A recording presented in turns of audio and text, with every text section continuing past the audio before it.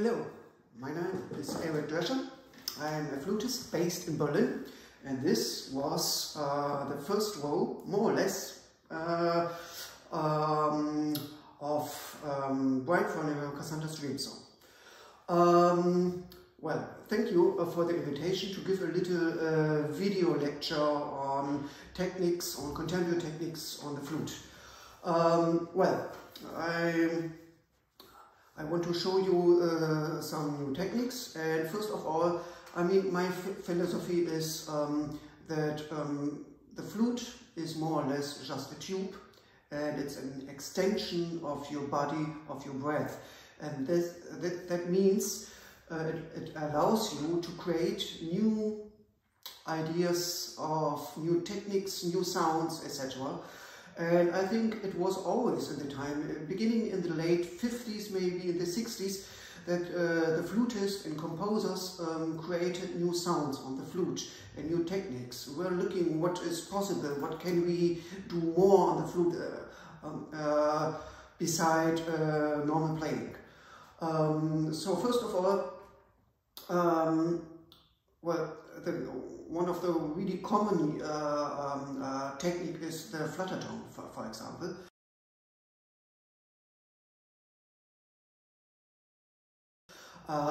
Which is really old.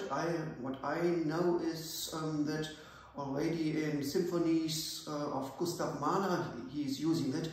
I think in Das Lied von der Erde, Song of the Earth, he was using the Flutter Tone. The Flutter Tone, you have two different possibilities to make it. One is the glottal one, which is behind here, and it's better to use it in the lower register, and for the high register it's better to use the tongue Flutter Tone.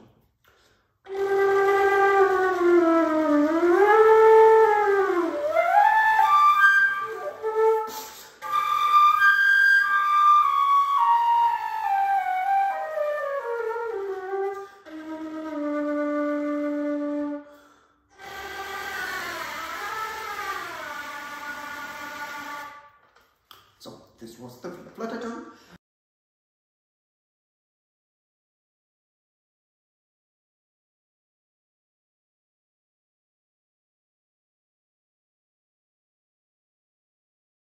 Next is maybe harmonics, the flageolet tones, which are based on the normal overtones. On the flute, it's quite easy. The overtones, it's not like on the clarinet. So the overtones in the flute is the bass tone, and then the octave, then the fifth, then the fourth, etc., etc., etc. So it's from C on, it's like this.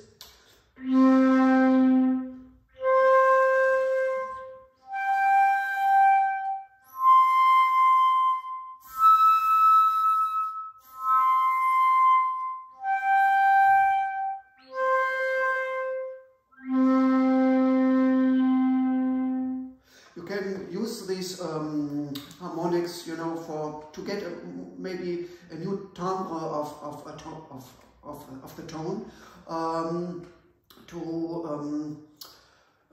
For example, if you have a line of C, you play the normal C.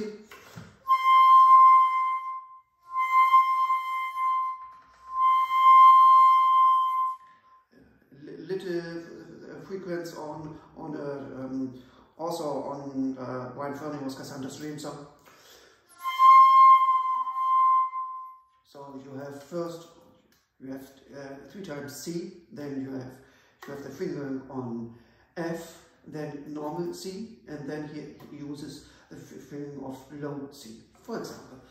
So you can use this to have another kind of quality of sound, or you can use it also for bisbigliandi to flageolet trills, for example in Charino piece.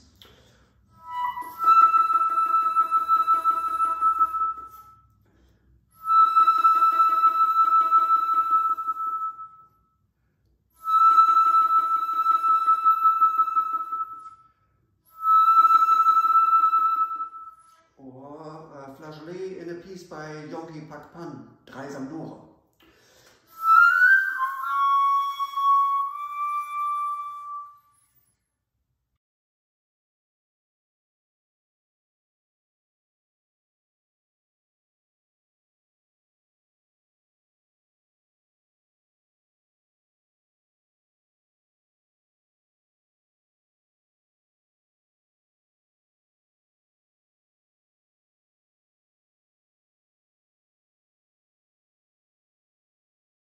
Next is the so-called whistle tone.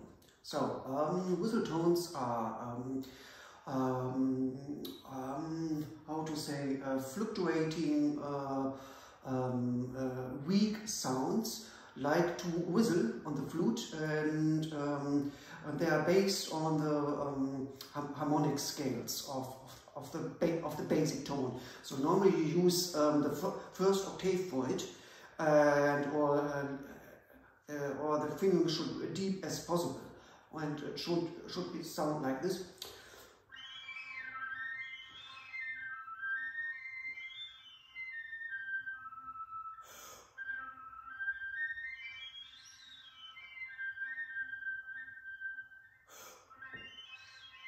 So normally you have tones on the third or fourth octave sounding, and normally the tones are really weak and it is quite hard to control. But if I practice a lot, now I can practice the whistle tones for the moment, but normally my tones can be quite strong, and normally you say you cannot control the tones. I think in the 60s or 70s it was like something like this, but since Salvatore Sciarrino is using it, you really can control this. So he really wants, for example, you go up and down in the harmonic spectra, and which is possible.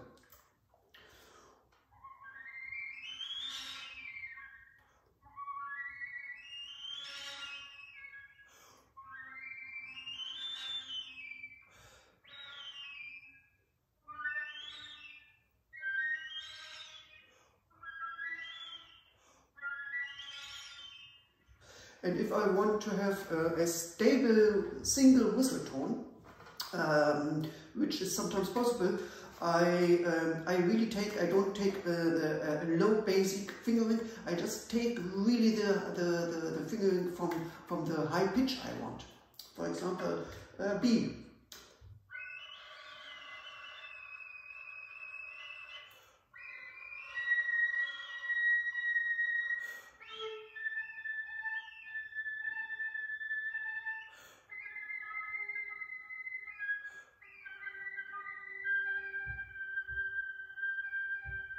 So I think after practicing maybe a little bit, you can get also this.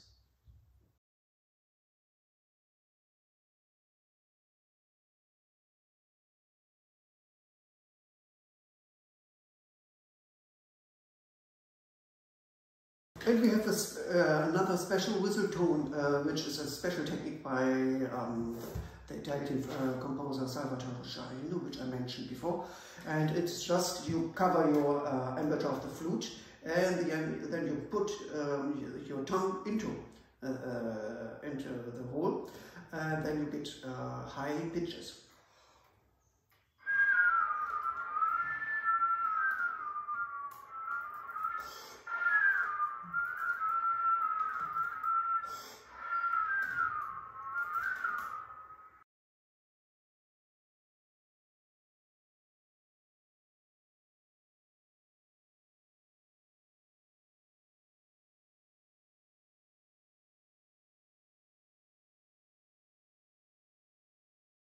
So now we come to the so-called jet whistle.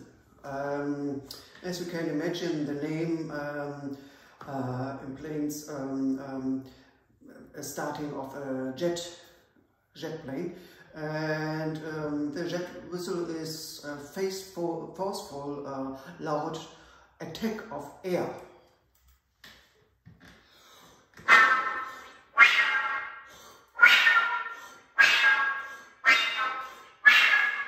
you can do it only on the first octave, the fingering of the first octave, and you have 3 or 4 different kinds of jet whistles. So one is, which is normally people are using mainly, it is a jet which comes with the air up, goes up and down like this.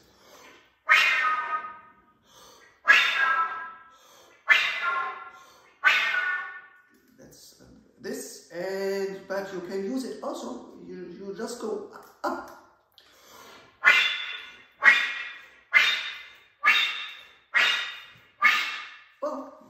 Can you just go down?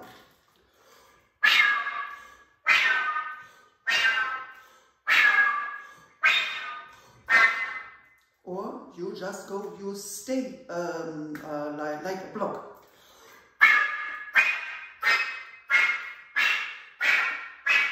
Something like this. Sciarrino is also, again, I mentioned Salvatore Sciarrino. He's using it quite often, and because he's using it like this, I mean, you get, after a while, you can get a little bit crazy, but it's a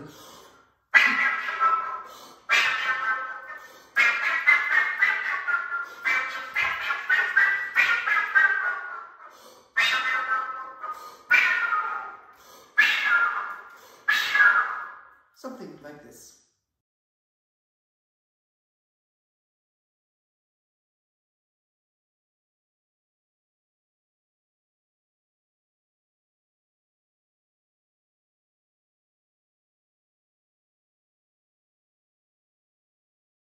Next I want to show you is the so-called trumpet tone. As you can imagine, why it is a trumpet tone, called trumpet tone, is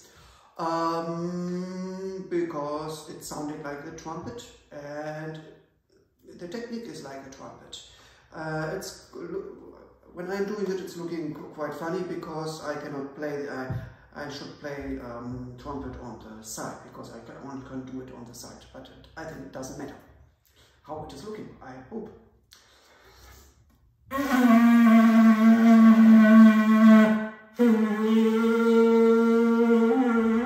So you can use it on the embouchure of the flute, or you can put down your head joint and do it like this.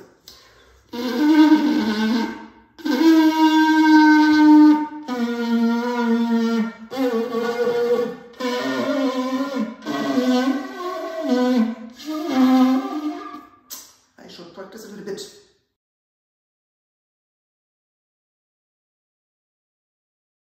Next sound I want to show you is playing and singing. So sometimes, quite often, pieces are written for female flutists, so it's no problem for them to sing in this same octave or register. For men, it's a bit more difficult.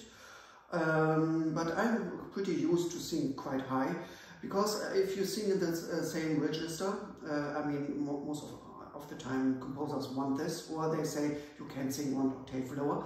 I mean, you get a special effect because maybe you can get some beatings or something, or different tones, etc. And sometimes composers want you sing the same pitches, or sometimes you have to go against it. It really depends. And so I show you something. It's from Brian Ferneyhough, also from Kanzas Dream Song.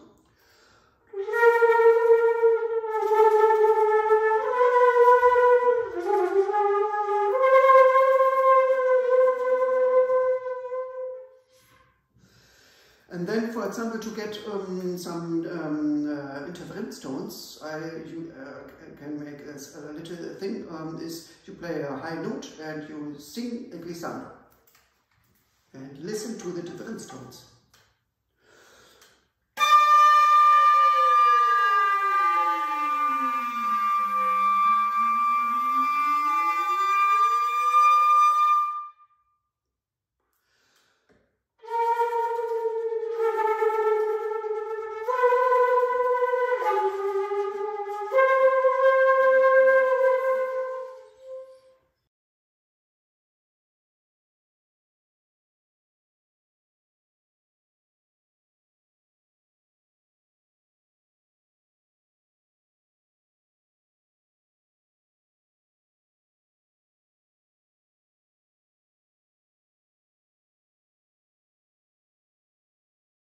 Or another example to get beatings is, for example, with singing.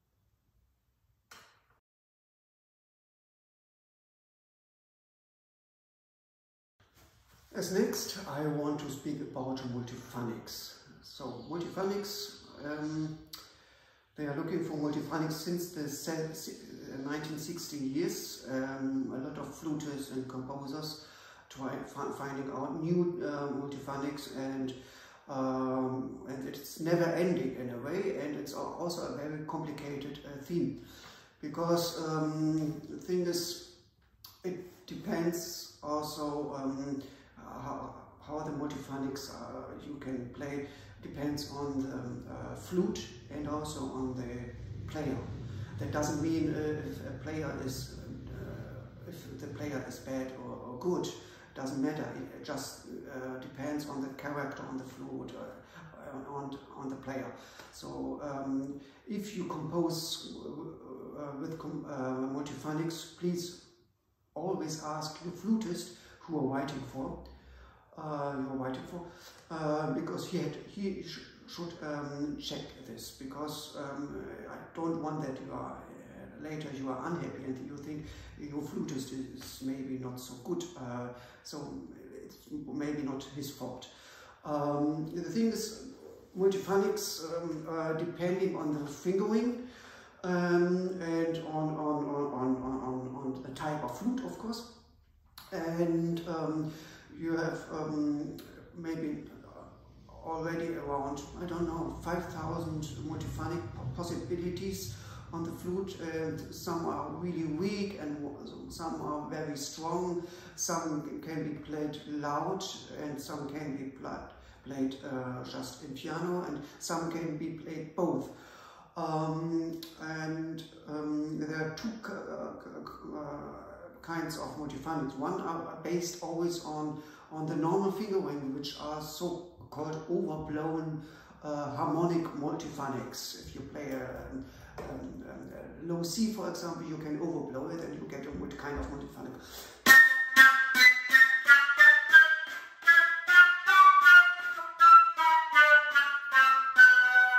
Something like this. But then you can have a lot of multiphonics. For example, if you have an open wood flute, you can open your fingerings, or you can like fingerings like a fork, etc., and then you get different kinds of multiphonics. One I show you a very simple multiphonic which is working on every flute, I'm pretty sure. That is, you have the fingering of the D on the third octave, and then you blow a little bit less, and then you get a tone which is lower, and this should be the C.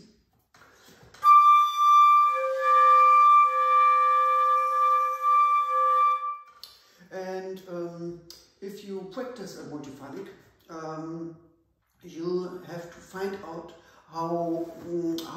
how's the constellation of your body, of your diaphragm, because of course each note needs a different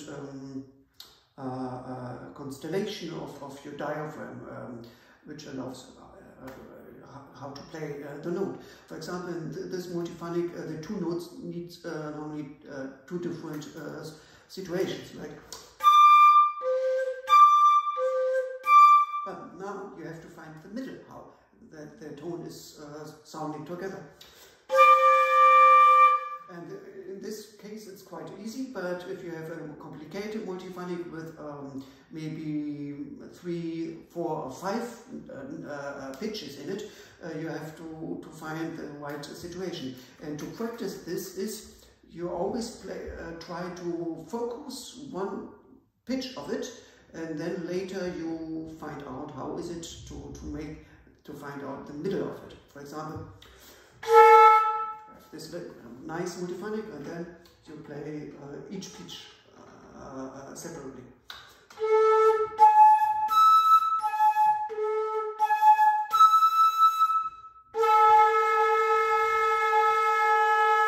You also can try maybe to switch in a phrase. I try.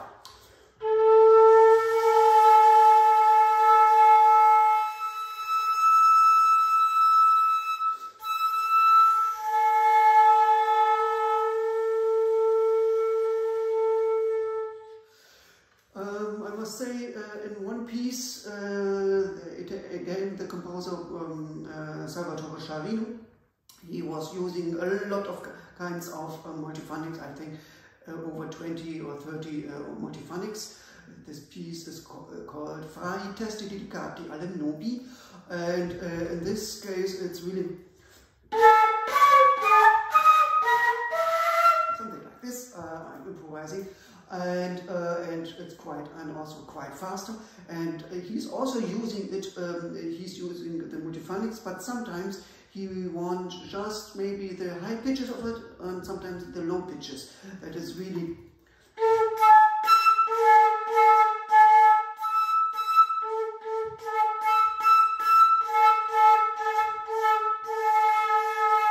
something like this. I'm improvising. But you really can, if the multiphonic is a very strong one, you really can go high and low. But it really depends on the flute. Yes, that's about the multiphonics.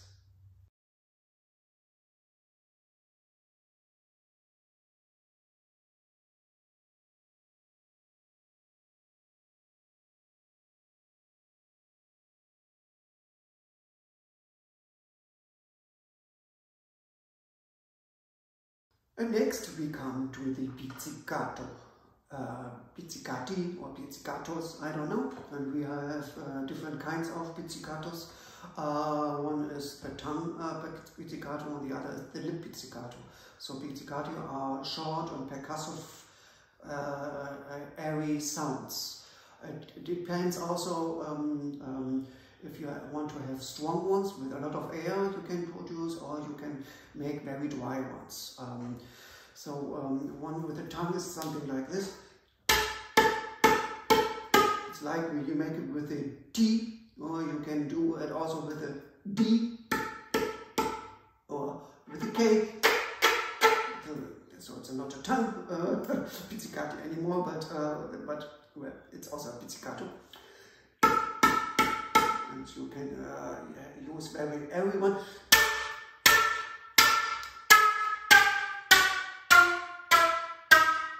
So the sound and the pitch is depending, of course, on the fingering, and you just have it on the first octave. And if you want to have it on the higher octave, you have to mix it with the pitch tone.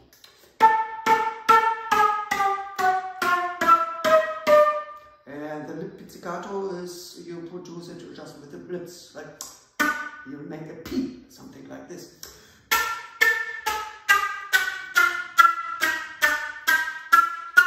Soft.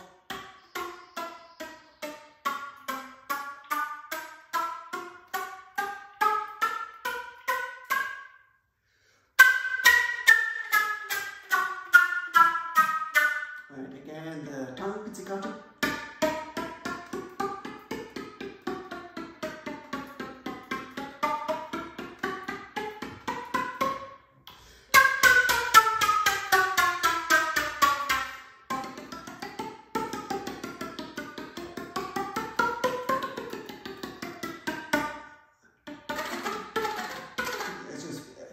I just want to show show you how flexible it is. It doesn't matter what you want to. You can also use double tongue or triple tongue also if you want to do it fast, etc. So it's, as you can see, it's kind of flexible, and it depends, what you want.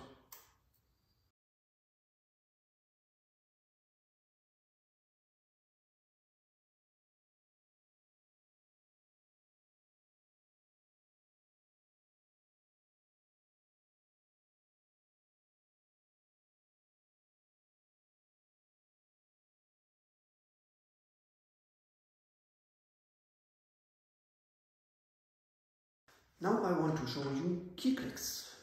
Key clicks are also percussive and short attacks on the key. So they are depending on the fingering of the first octave.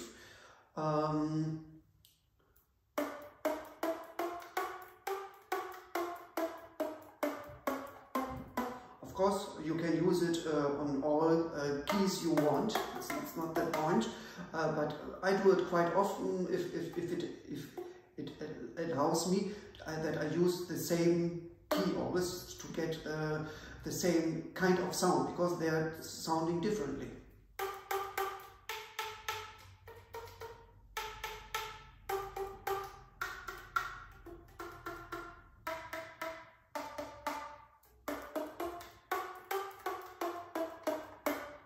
And there's one little thing, you have different pitches. If you play normal, as you can play, I do it now on the G, but if I'm a bit away from the head joint, it's a bit higher, so it's half a second higher. And if I cover the mouthpiece, it's like, it's a fifth, I think, lower. And if I close the hole with my tongue, which is looking quite funny, I have this.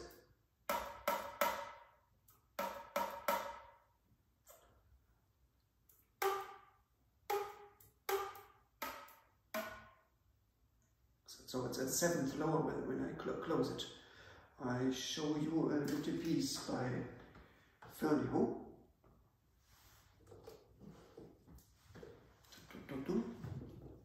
where he's using this kind of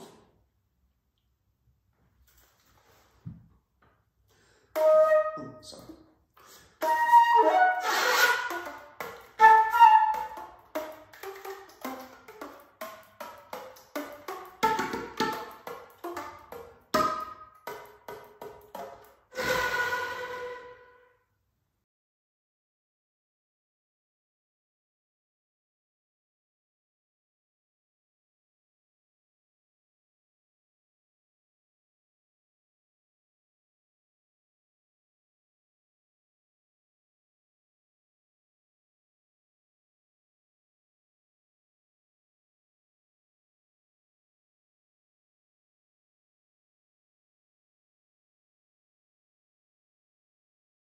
Now it's time to show you so-called tongue ramps. Tongue ramps are forceful, explosive effects where the tongue is propelling into the hole of the head joint. Normally we know them as very faithful and strong with a lot of air, like this.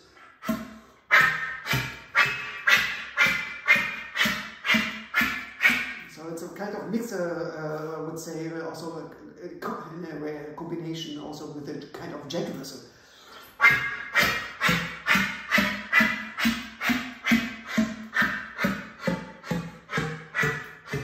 But you can use it also in a way very softly. I give you also again from the composer Salvatore Sciarrino an example, because he's a good example that he uses techniques, quite common techniques, but in a very special way. So he's developing the techniques. So and I mean, this is what I want to say to you. It should be always the idea. Maybe you have a technique and then maybe you develop it, or you create a new style of it, of the technique we already know. I think this is, yeah, for me, Charino is a very good example on this, that he has a musical idea in his mind, but then he knows on the flute what you can do, and he's changing it. So for example, the tango, which is normally like this, something like this, he's not forcing it so much more anymore, not so explosive anymore, not so much air anymore. So he's just using the effect of the tongue, what the tongue is doing, these hut, hut, hut, but it's just only now without the ha, it's just like this. And then you can play very softly, for example.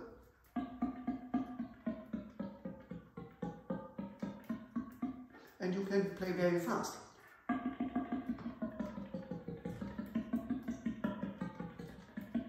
And the one good thing is, in one piece he composed, it's called Come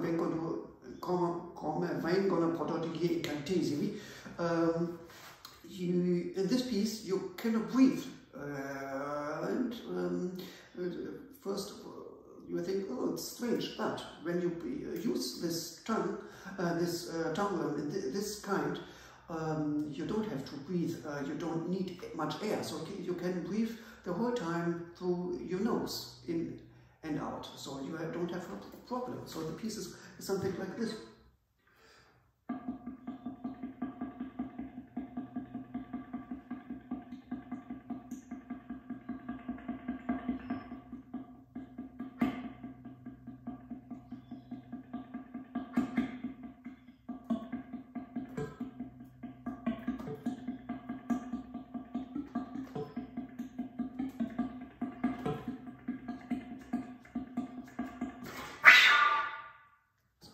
Just improvising on it.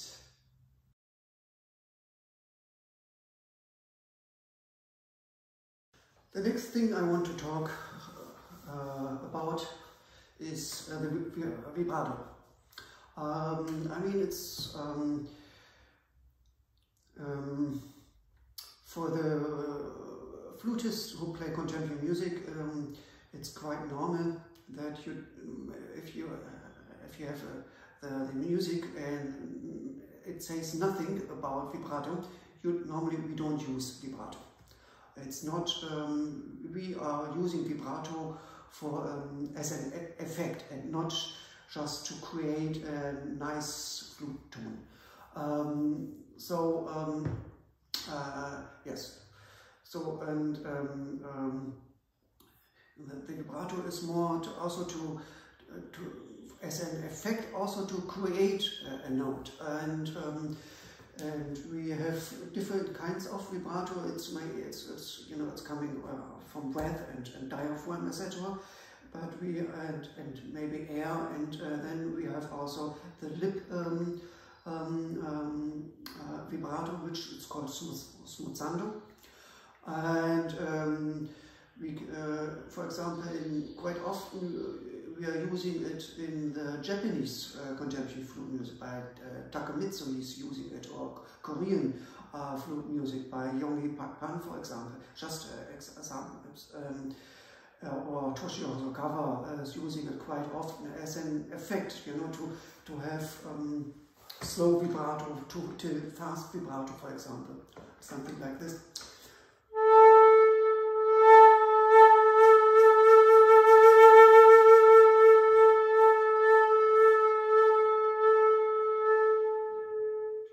Or lip vibrato.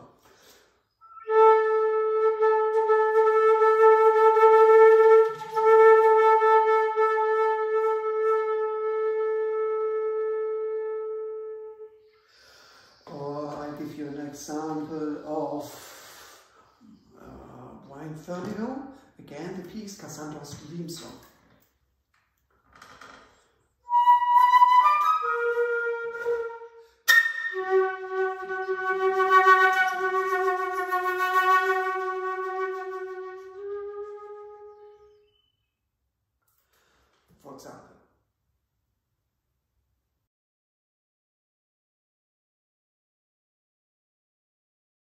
Now we are talking about air sounds, which is also a quite common effect already.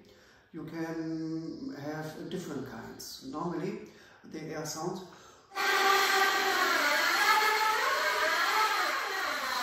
you can just produce it in the first octave, like the key clicks, etc. But if you want to go in the higher octaves, of course you have to add some pitches, some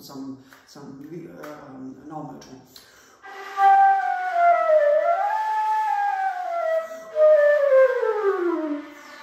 So as you can see, you can switch to half tone, half air sound, or only air sound.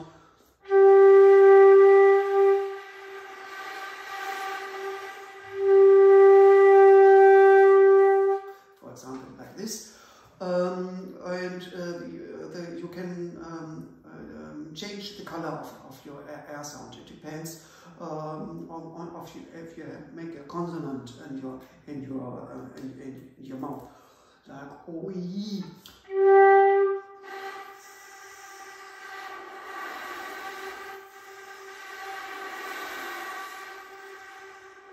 But you also can add some other sound, like just to be variable.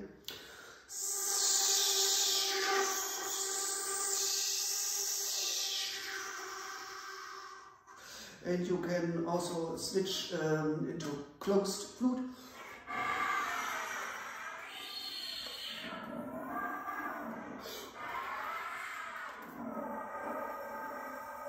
As you can see, I am quite I try to be flexible, that I change my sound, like as I said before, the flute is just the extension of your voice, of your breath, of your body, and what I can do here into the flute, it's just the resonant tube of it.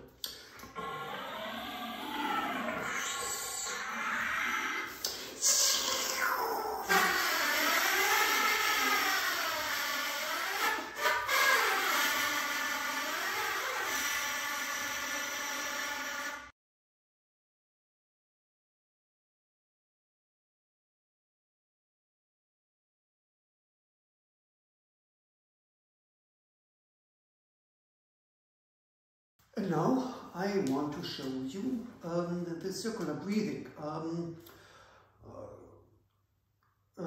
which is, we say, on the flute quite easy to make, because you have no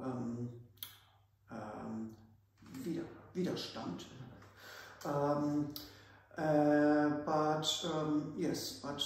Anyway, it's possible, and the idea of circular breathing is just to play a continuum over a long distance, and without breathing, of course. So the thing is, you breathe with your nose, and then you press the air with your tongue and with your mouth to the flute. So you can play the whole time.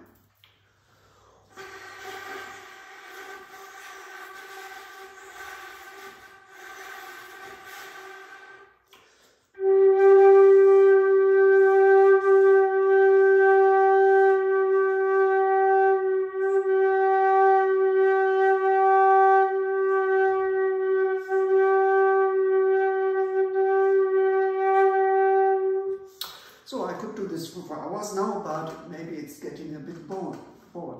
If you want to practice it, it's quite easy to do this with a glass of water and I don't know how to say it in English.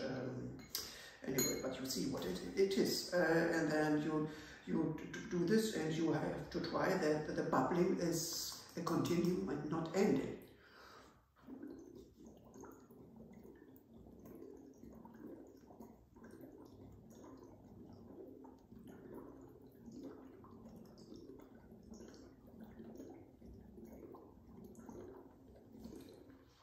I hope you could see how I'm pressing the air through my mouth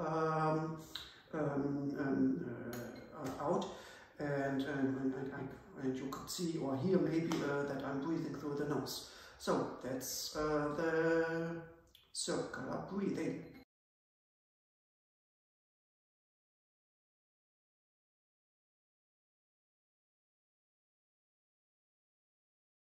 So, and now I want to introduce you in my special flute I have. As you see, my flute is an open hole flute, which is quite normal, but I have the technique that this is a so-called Kingma system flute, which means that it is a quarter tone flute. So I have there are some added keys. So it's for example key on key system. For example, if you see the fingering here, I have here two keys which I open here on the G, so I can open a little key and then the whole key also, ding ding, and that means, for example, like this. So for me it's quite easy to play microtonal scales.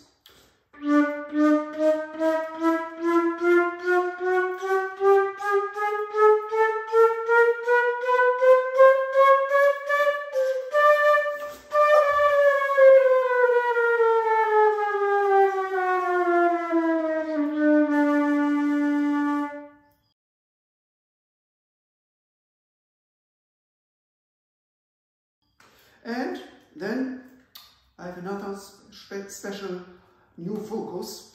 I have this so-called Glissando Headjoint, which is an invention by the American flutist Robert Dick. And you just change your mouthpiece and you put the Glissando Headjoint on it, and then it's funny to do some continuous glissandos.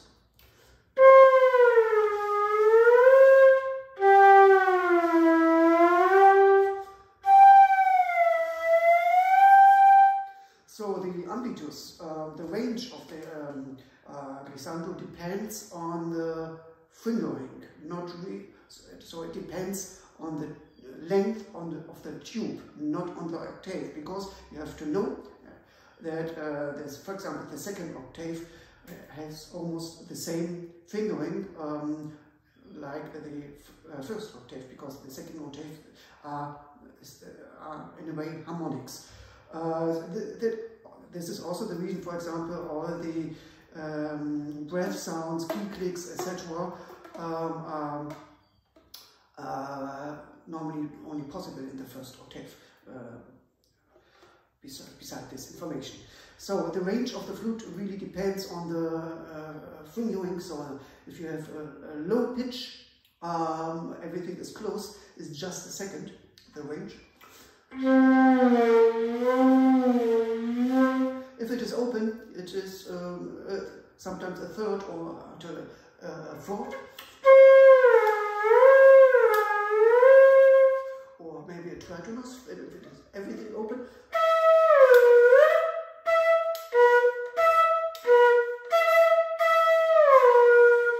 And if you go in with a head joint, it's the home position, you can really play normal.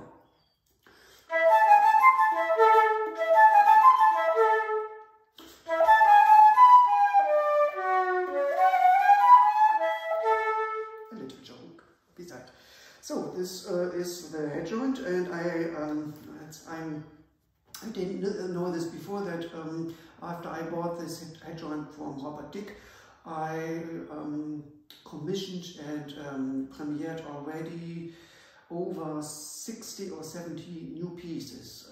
So I got nice pieces by Salvatore Scharino, by Alvin Lussier, Peter Ablinger, Michael Meyerhoff, and Arthur Krosche, for example, as you probably for sure you know.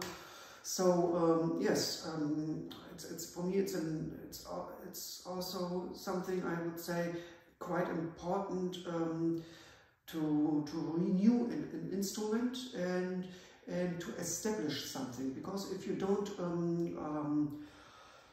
commission new pieces, then a new thing, a new technique or new extension of instrument is maybe just only a joke, but if you want to establish something, you have to do something for it, and one thing is to commission as many composers as possible to get a bigger repertoire for it.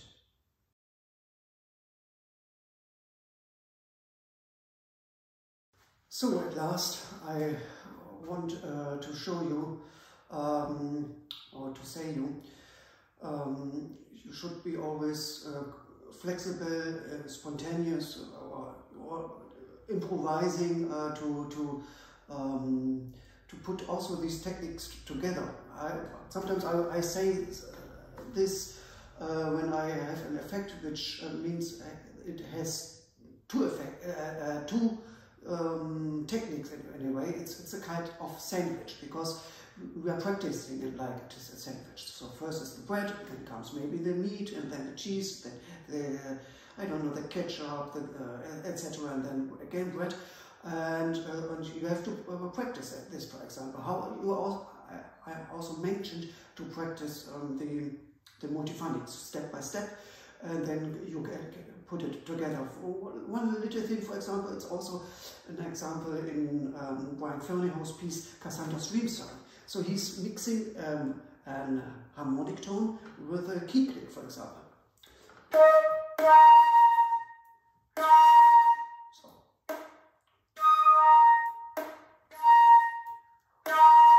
For example, or mixing, for example, vibrato and different kinds of vibrato, as I played before, the same, so smorzando and vibrato.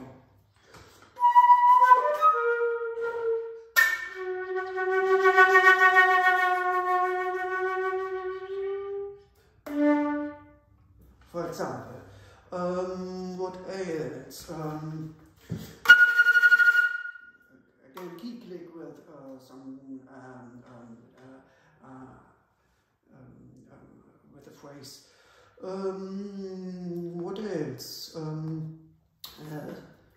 Shaking the flute, vibrato and glissando. For example. What else? We have more. Some also examples for bisbigliandi.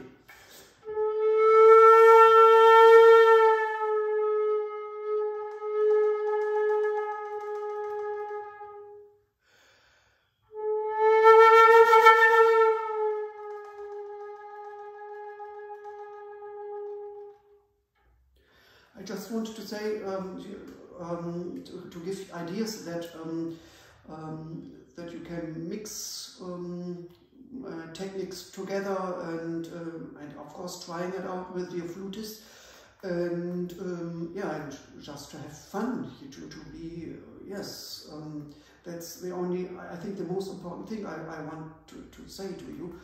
And I want to thank you that you are listening to my little introduction to contemporary flute techniques, and I hope you enjoyed it.